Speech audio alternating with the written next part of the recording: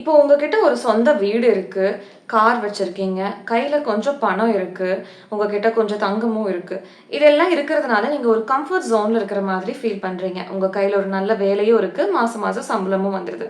இதெல்லாம் இருக்கும்போது, நீங்க சந்தோஷமாவும், நிம்மதியாவும், தைரியமாவும் இருக்கீங்க அப்படிங்கிறது ரொம்ப நார்மலான விஷயம் தான்.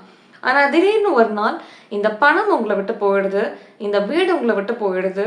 உங்க கையில இப்போ சொல்லிக்கிறதுக்கு எதுவுமே கிடையாது. அடுத்த வேளை சாப்பிடுறதுக்கு நீங்க என்ன பண்ணுவீங்கன்னே தெரியாம முழிச்சுட்டு இருக்கீங்க அப்படிங்கும்போது, நீங்க தைரியமா இருந்தீங்க அப்படின்னா, அதுக்கு பேரு தான் மன வலிமை. உலகத்துல எல்லாருக்குமே அந்த மன வலிமை இருக்கும் அப்படின்னு சொல்ல முடியாது.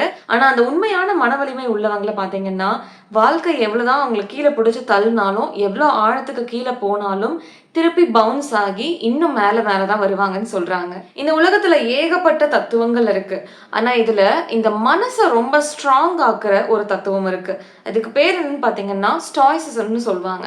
அதாவது இதோட பேசிக்கான பிலாசபி என்னன்னா, நம்ம லைஃப்ல நெறைய விஷயங்கள் நடக்கலாம். அது எல்லாத்தையுமே நம்ம கண்ட்ரோல் பண்ண முடியாது. ஏன்னா நம்ம கண்ட்ரோலுக்கு மீறி இயற்கையால சில விஷயங்கள் நடத்தப்படும். அதுதான் விதி. நம்மளால கண்ட்ரோல் பண்ண முடியாத விஷயங்களையும் நம்ம கண்ட்ரோல் பண்ணணும்னு முயற்சி பண்ணி, அதுல தோத்து போய் உட்கார்ந்து வருத்தப்பட்டுட்டு இருக்கக்கூடாது. இந்த ஸ்டாய்சிசம் தத்துவத்த முதல்ல உலகத்துக்கு கொண்டு வந்தவர் யாருன்னு பார்த்தீங்கன்னா, அவர் ஒரு கப்பல் வியாபாரி. அவர்கிட்ட நெறைய பணம் இருந்தது, அதிகாரம் இருந்துச்சு, எல்லா வகையான சந்தோஷங்களும் இருந்தது. ஆனா திடீர்னு ஒரு நாள் ஒரு புயல்ல அவரோட கப்பல், அவரோட சொத்து, அவரோட எல்லா சந்தோஷங்களும் அந்த புயல்ல கடலோட மூழ்கி போயிடுச்சு. அது எல்லாமே போனதுக்கு அப்புறமும் அவர் அதுக்காக உட்கார்ந்து கோவப்படவோ, இல்ல வருத்தப்படவோ, இல்ல உட்கார்ந்து அழவோ செய்யல. அதுக்கப்புறம் அவர் நெறைய புத்தகங்கள்லாம் படிச்சாரு. ஞானம் பத்தி நெறைய தேடினாரு. அதுக்கப்புறம் கொஞ்ச நாள் கழிச்சு அவர் படிச்சு தெரிஞ்சுக்கிட்ட எல்லா விஷயங்களையும் மத்தவங்களுக்கும் சொல்லிக் கொடுக்க ஆரம்பிச்சாரு. அவர் அப்ப என்ன சொன்னாருன்னா, "இந்த இழப்பெல்லாம் எனக்கு ஏற்பட்டதுனால தான் என்னால இந்த பாதையில வர முடிஞ்சது." அப்படிங்கிறத அவர் ரொம்ப சந்தோஷமா சொன்னாராம். அதாவது பேசிக்கா சொல்லணும்னா, நம்ம லைஃப்ல நெறைய விஷயங்கள் நடக்கும்போது, நம்ம இது ஏன்டா எனக்கு மட்டும் இப்படி நடக்குது அப்படின்னு சொல்லிட்டு உட்கார்ந்து பயங்கரமா ஃப்ரஸ்ட்ரேட் ஆவோம். அப்ப நடந்த அந்த ஒரு விஷயம் தான் உங்க லைஃப ஒரு பாதையில டைரக்ட் பண்ணி கொண்டு போயிருக்கும். அப்ப நீங்க நெனச்சு நெனச்சு ரொம்ப கவலைப்பட்ட ஒரு விஷயம் தான், இப்ப நீங்க இருக்கிற இடத்துல உங்கள கொண்டு வந்து நிறுத்தியிருக்கு.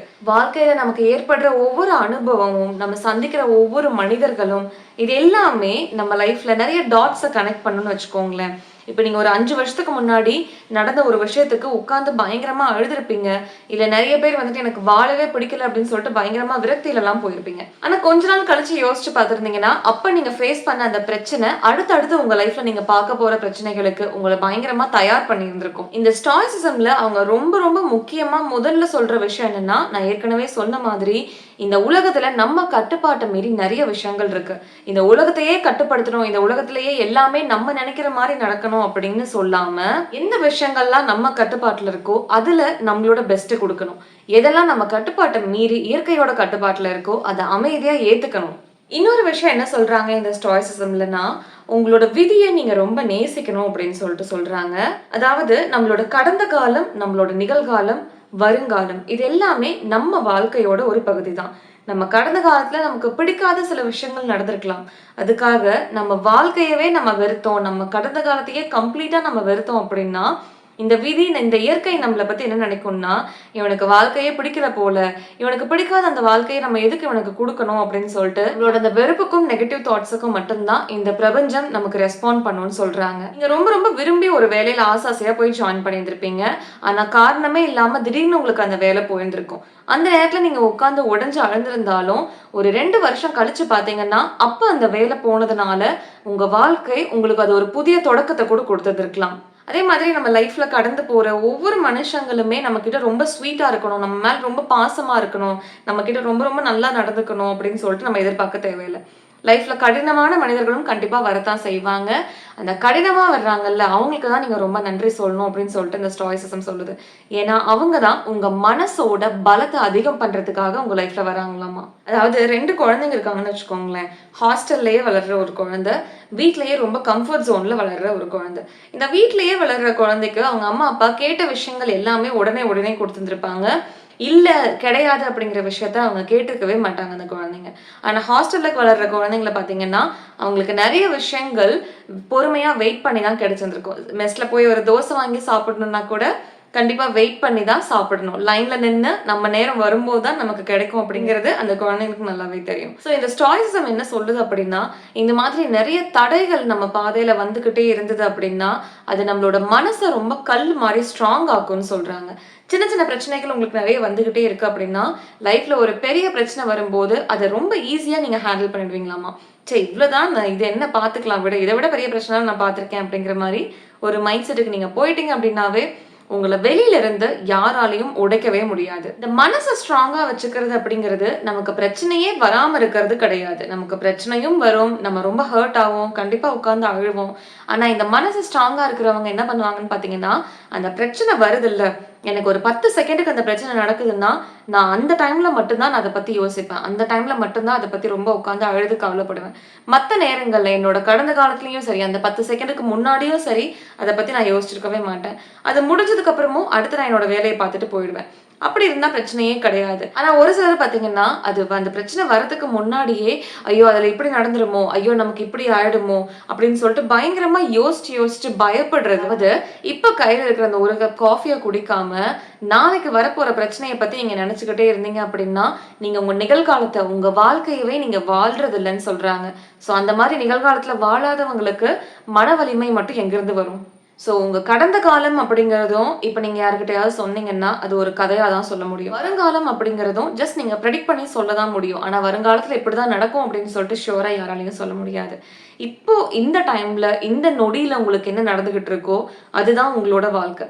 ஸோ இந்த கதைகளையே சுத்தி சுத்தி ஓடிக்கிட்டு இருக்காம, இந்த மொமெண்ட்ட நல்லா ரசிச்சு வாழ கத்துக்கோங்க அப்படிங்கிறது தான் இந்த ஸ்டாய்சிசம் சொல்லிக் குடுக்குது. நீங்க ரொம்ப ஸ்ட்ராங்கா, மென்டலி வந்துட்டு ரொம்ப ரொம்ப ஹார்டா ஆகணும் அப்படின்னா, நீங்க கண்டிப்பா நெறைய டிஸ்கம்ஃபர்ட்டான விஷயங்கள சந்திச்சு தான் ஆகணும்னு சொல்றாங்க. இப்போ ஒரு பட்டாம்பூச்சி ஒரு சின்ன கூடுக்குள்ள இருக்கு. நம்ம எல்லாருமே சின்ன வயசுல படிச்சிருப்போம். அந்த பட்டாம்பூச்சி உள்ள புழுவா இருக்கும். மெல்ல மெல்ல சிறகுகள்லாம் வளர்ந்ததுக்கு அப்புறம் அந்த கூட்ட உடைச்சுக்கிட்டு அதுவே தான் வெளியில வரும்னு சொல்லிட்டு. அந்த பட்டாம்பூச்சி அதுக்கு ரொம்ப கஷ்டப்படுதுன்னு சொல்லிட்டு நீங்க ஒரு கத்திய வச்சு அந்த கூட்ட கிழிச்சு விட்டீங்கன்னா, அது வெளியில வந்து அதால பறக்க முடியும்னு நீங்க நினைக்கிறீங்களா? அது எப்போ அந்த பிரச்சனைகள், அந்த தடைகள், அந்த கூட்ட உடைச்சுக்கிட்டு வெளியில வருதோ, அப்பதான் அதோட சிறகுகள் ரொம்ப ஸ்ட்ராங் ஆகும்னு சொல்றாங்க. அதனால தான் இயற்கை அந்த மாரி ஒரு விஷயத்தையே படைச்சிருக்கு. ஸோ அந்த சின்ன அசௌகரியத்த கூட சந்திக்க விரும்பாத அந்த பட்டாம்பூச்சியால வாழ்க்கை ஃபுல்லா பறக்கவே முடியாதுன்னு சொல்றாங்க. நான் என்ன சொல்ல வரேன்னு உங்களுக்கு நல்லாவே புரிஞ்சிருக்கும்னு நெனைக்கிறேன். லைஃப்ல எப்பவுமே கம்ஃபர்ட் ஜோன்குள்ளேயே உட்கார்ந்துட்டு இருக்காம, வெளியில வாங்க. நீங்க ரொம்ப டிஸ்கம்ஃபர்ட்டா, அன்கம்ஃபர்டபுளா நெனைக்கிற விஷயங்கள செய்யுங்க. லைஃப்ல நீங்க ஃபேஸ் பண்ற ஒவ்வொரு கஷ்டமுமே உங்களுக்கு தண்டனையா கடவுள் கொடுத்ததுன்னு பார்க்காதீங்க. அது எல்லாமே உங்களுக்கு ஏதோ ஒரு விஷயத்த கத்துக் குடுக்கறதுக்காக தான் உங்களுக்கு நடந்திருக்கு. உங்களோட சிறகுகள ரொம்ப ஸ்ட்ராங் ஆக்கி, உங்கள இன்னும் உயரமா பறக்க வைக்கிறதுக்காக தான் கடவுள் இந்த எல்லா சிச்சுவேஷன்ஸையும் உங்களுக்கு குடுத்துருக்காருன்னு சொல்லிட்டு நம்புங்க. உங்களுக்கு கடவுள் நம்பிக்கை இல்ல அப்படின்னா, நீங்க இந்த யூனிவர்ஸ கூட நெனச்சுக்கலாம். எப்பவுமே நம்ம கண்ட்ரோல்லயே எல்லா விஷயமும் நடக்குதுன்னு சொல்ல முடியாது. நீங்க என்னதான் ஏத்திஸ்ட்டா இருந்தாலும், நம்ம கண்ட்ரோல மீறி சில விஷயங்கள் இருக்கத்தான் செய்யுது. அந்த பவர் தான் நம்ம லைஃப்பையுமே கண்ட்ரோல் பண்ணிட்டு இருக்கு. ஸோ நம்ம லைஃப்ப நம்ம முழுமையா வாழ்றதுக்கு முயற்சி பண்ணலாம். கடந்த காலத்திலயும் கிடையாது, ஃபியூச்சர்லயும் கிடையாது.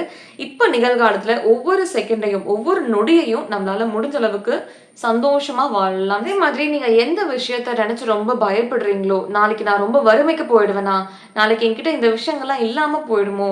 அப்படின்னு சொல்லிட்டு நீங்க ரொம்ப பயந்துகிட்டு இருந்தீங்கன்னா, அந்த விஷயத்துக்கு முடிஞ்ச அளவுக்கு உங்கள எக்ஸ்போஸ் பண்ணிக்கோங்க. ஒரு சிங்கம், புலிய நெனச்சு உங்களுக்கு பயம் இருந்துகிட்டே இருந்ததுன்னா, நீங்க வாழ்க்கை ஃபுல்லா அத பார்க்கவே இல்லன்னா, நெனச்சு நெனச்சு பயந்துகிட்டே இருப்பீங்க. ஏன்னா, உங்க மனசு தான் இந்த பயத்துக்கு ஒரு பெரிய தூண்டுகோல். ஆனா இந்த மிருகசாலையில, ஜூலலாம் வேலை செய்றவங்கள பார்த்தீங்கன்னா, தினம் தினம் அத பார்த்துக்கிட்டே இருக்கவங்களுக்கு, ஒரு பூனை, நாய் மாதிரி தான் அந்த சிங்கம், புலியும் பார்ப்பாங்க.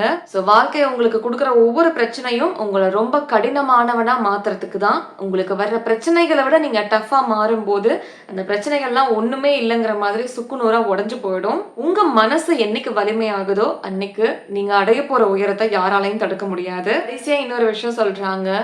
ஒழுக்கம் அப்படிங்கிற விஷயம் என்ன அப்படின்னா, இன்னைக்கு நீங்க ஸ்கூலுக்கு போகணும். ஆனா உங்களுக்கு ஸ்கூலுக்கு போக பிடிக்கல. நான் இன்னைக்கு லீவ் எடுத்துக்கலாமான்னு யோசிச்சுக்கிட்டு, மனசுக்குள்ள ஒரு பெரிய குழப்பத்துக்கு அப்புறம் கடைசியா, சரி ஸ்கூலுக்கு போய் தான் பார்ப்போமே அப்படின்னு சொல்லிட்டு போறது ஒழுக்கமும், மன வலிமையும் கிடையாதுன்னு சொல்றாங்க. ஸ்கூலுக்கு போகணும் அப்படின்னு முடிவு பண்ணிட்டீங்க அப்படின்னா, நீங்க அந்த அளவுக்கு கடினமான ஒரு ஆளா இருந்தா தான் உங்க மனசுக்குள்ள அந்த செகண்ட் தாட்டே வரக்கூடாது. ஒருவேளை நம்ம இன்னைக்கு லீவ் போட்டுறலாமா, கொஞ்சம் ரெஸ்ட் எடுக்கலாமாங்கிற அந்த செகண்ட் தாட்டே வரக்கூடாது. அந்த தாட் வரதுக்கு முன்னாடி நீங்க எந்திரிச்சு கிளம்பிரணும் அப்படின்னு சொல்றாங்க. ஸோ வாழ்க்கையில எந்த ஒரு விஷயத்த செய்யறதுக்குமே அதுக்கான பெர்ஃபெக்ட்டான டைம் வரணும்னு சொல்லிட்டு வெயிட் பண்ணிக்கிட்டே இருக்காதீங்க. அத செய்யணும் அப்படின்னு முடிவு பண்ணிட்டீங்க, உங்க மனசு சொல்லிருச்சு அப்படின்னா, அத உடனே செய்ய ஆரம்பிங்க. எப்போ அந்த விஷயத்துல இறங்கி செய்ய ஆரம்பிக்கிறீங்களோ, அப்பதான் நீங்க அத பத்தி நெறைய கத்துக்க முடியும்.